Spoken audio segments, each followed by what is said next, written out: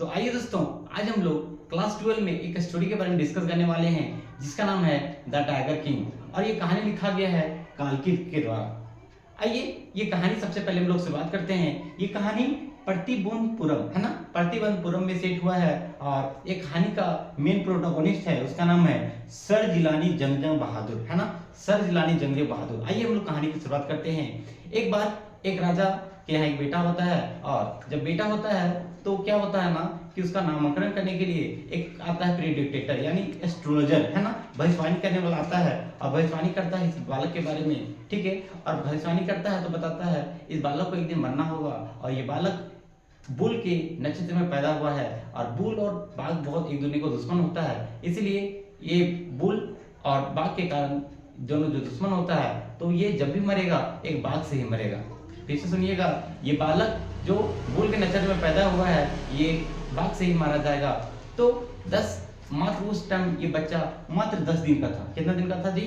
10 दिन का था। ये तुरंत बोल पड़ता है कि नहीं मैं नहीं मर सकता।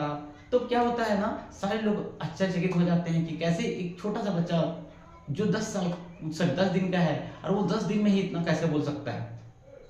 क्योंकि उसके पापा बोलते हैं कि बताइए राजा साहब, बताइए प्रीडिक्टेटर, बताइए एस्ट्रोलॉजर कि क्या इसका उपाय है कि ये ना मरे। अब एस्ट्रोलॉजर बताता है कि ये तभी जिंदा रह सकता है जब ये 100 बाघ को मार देगा।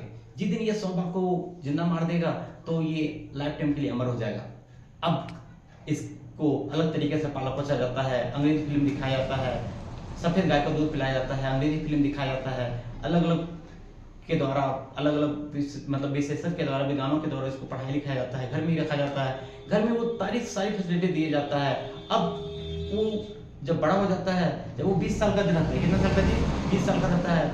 अब उसे गद्दी में बैठा दिया जाता है। जब वो गद्दी में बैठा दिया जाता है तब ये सोचता है कि अब मैं बाघ मारना शुरू करूंगा और वो धीरे धीरे बाघ मारना शुरू करता है और ऐसे बाघ को मारते मारते लगभग 70 बाघ को मार देता है। कितना बाघ को जी? 70 बाघ को मार देता है। अब क्योंकि जिस एरिया में था वहां पे अब सारे बाघ खत्म हो चुके थे। अब क्या होता है कि अब वो सोचता है कि बाघ तो मारे कहाँ। अब वो इसके लिए शादी करता है और एक ऐसे राजशाही परिवार में शादी करता है जिस एरिया में बहुत ज्यादा बाघ रहते हैं। अब वो वहां जाता है और अपना जब भी ससुराल जाता है तो वहां पे हमेशा बाघ का शिकार करता है और ऐसे लगभग 29 बाघ वहां मारता है। यानी पहले वो 70 बाघ को मारता है, बाद में फिर ससुराल तरफ 29 बाघ को मारता है, बच जाता है उसके पास एक और। अब ये लास्ट बाघ के लिए क्या रहता है, बाघ क्योंकि बची नहीं रहती है, लेकिन ये सर जंग बहादुर बोलते हैं कि जाओ सेना, तुम लोग कहाँ से जुगाड़ करोगे हमको नहीं पता। अब इसका सेना लोग जाते हैं और जा करके बाघ को लेते आते हैं और जब 100 बाघ को लाते हैं वो बाघ बहुत ही बूढ़ा रहता है, जंगल में छोड़ दिया जाता है। जैसे सर जंग बहादुर वहां पे शिकार करने जाते हैं तो देखते हैं वो बाघ को और गोली चलाते हैं, लेकिन वो बाघ क्योंकि बूढ़ा था तो इसका गोली का आवाज सुन के ही गिर जाता है। तो उसको लगता है, राजा को लगता है कि मैंने इसे मार दिया और बहुत ही खुशी मनाने लगता है और इसको लगता है कि मैं अब अमर हो चुका हूँ।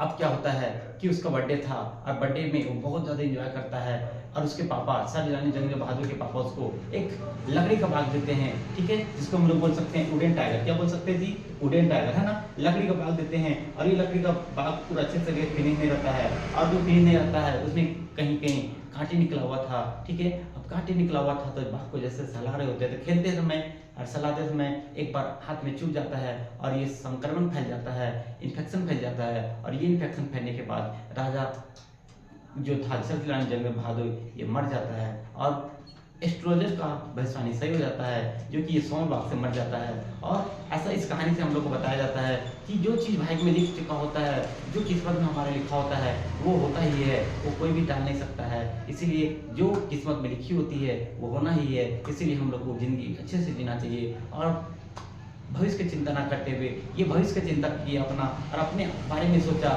इसके लिए बहुत 99 बाघ को मार दिया लेकिन फिर भी ये जिंदा नहीं रहा और ये कहानी यहीं पे खत्म होती है। बहुत